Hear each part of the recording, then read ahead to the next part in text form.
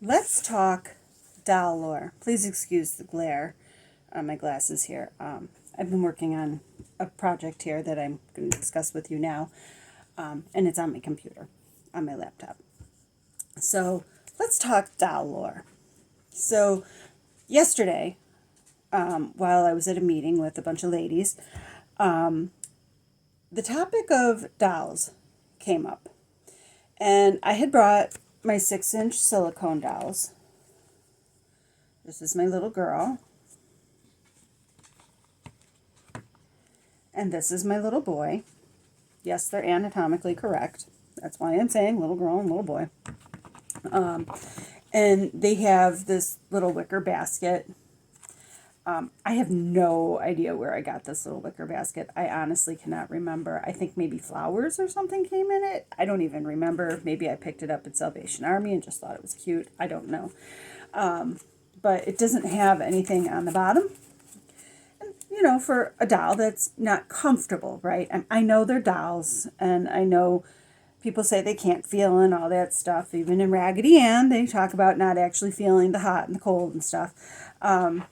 But I didn't like the fact that there was nothing that they were sleeping on. So I decided to crochet a little mat for them to go inside the carriage.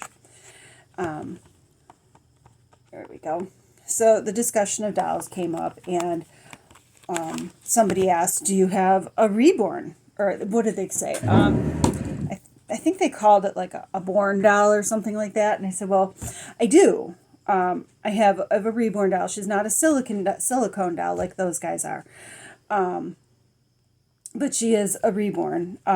She's probably what is considered a stolen reborn because I purchased her on Amazon a year or so ago, I guess. She's absolutely beautiful. I can show her to you. There we go. She's very heavy. But she's beautiful. I absolutely love her face. There isn't she so pretty. She's got different clothes I've bought for her. I think she wears a newborn size, if I remember. 0 to 3. So yeah, basically a newborn. And she's got toys and stuff like that. She has her own little sleeping area, which I will show you later. I'll put it extended on the video. But one woman asked, what do you think of them? And she was referring to the reborn babies. And I obviously have that one, but at that point I was immersed in my small babies, my little ones. And somebody asked why? Why do they have reborn dolls and such? That's a very good question. So there are all sorts of a variety of history of dolls, or dolls in history, I guess maybe is the way to say that. I'm not really sure. They use them as therapy dolls for dementia patients and Alzheimer's patients. I go to visit my grandmother in the nursing home, and in the gift shop there is beautiful clothing that is made for the dolls that family can buy their the residents that are there. I guess that's the way you word that. And there's baby dolls everywhere over there. And, you know, they go from really little to big, like my little girl over here.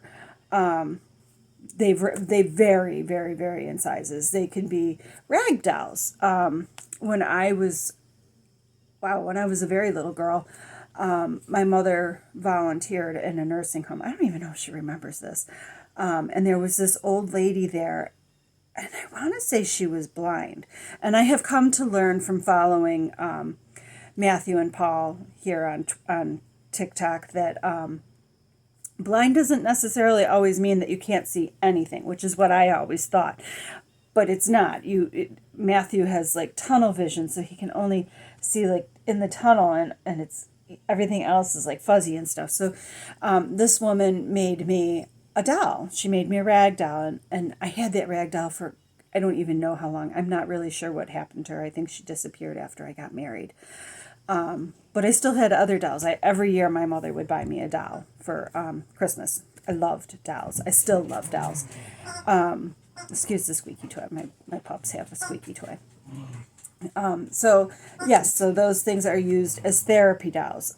It's not just therapy for dementia patients or Alzheimer's patients. It's also for people that have had miscarriages, women that are infertile, and are struggling and really want a baby. Look at Thumbelina. Is that who it was? Thumbelina? Yeah, Thumbelina. In the story of, she this old woman, in my story that I read, this old woman was given a doll, or was given a tiny little fairy, because she wanted a baby. And so they use them for miscarriage, comforting, healing. They use them for infertility. They use them as a healing process. So a few years ago, about 4 years ago now, this girl came into my life. Her name is Molly. She's from the Big Comfy Couch. She's wonderful.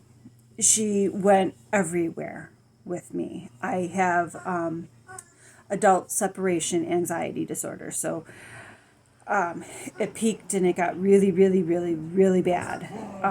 And I was honestly suicidal at that point. It was awful. And she came in that November, and she was wonderful. She went everywhere with me. She went on a backpacking trip with the Boy Scouts. She went on every store shopping trip that you could possibly imagine. She has, oh, does she have clothes? She has so many clothes. She has helped me immensely. I don't need her as much now, so she just kind of is in the out of the limelight at this point, but I won't get rid of her, unless my grandson wants her, because he also bonded with her.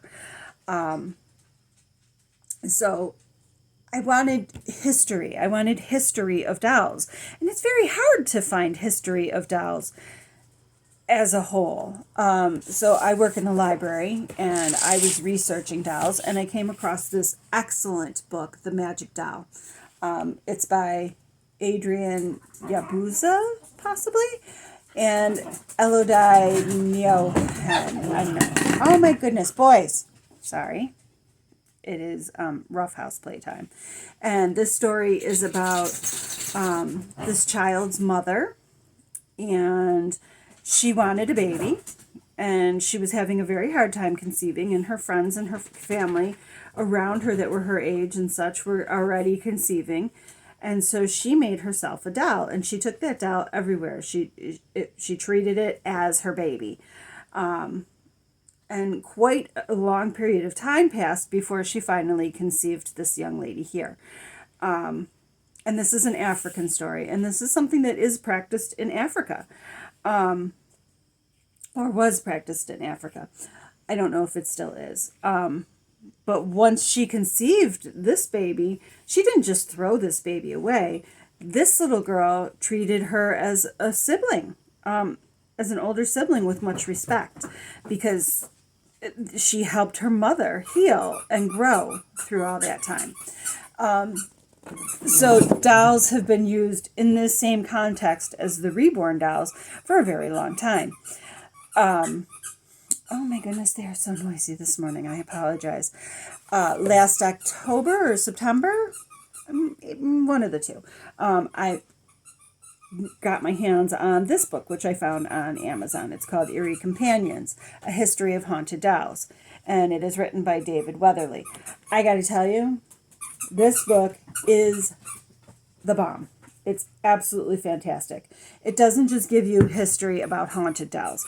It gives you history about dolls, the doll lore, things that I had been seeking forever. It drove me crazy. And to find them here in this book was phenomenal. I can't recommend it highly enough.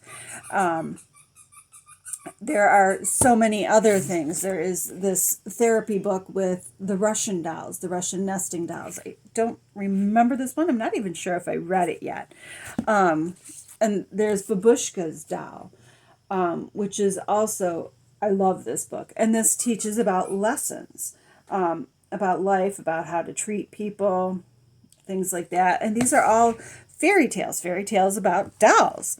There is Vasilisa, I think that's how you say her name, with Baba Yaga, and she carries this little doll that her mother gave her on her deathbed, and it helps her through all sorts of trauma and tests and such.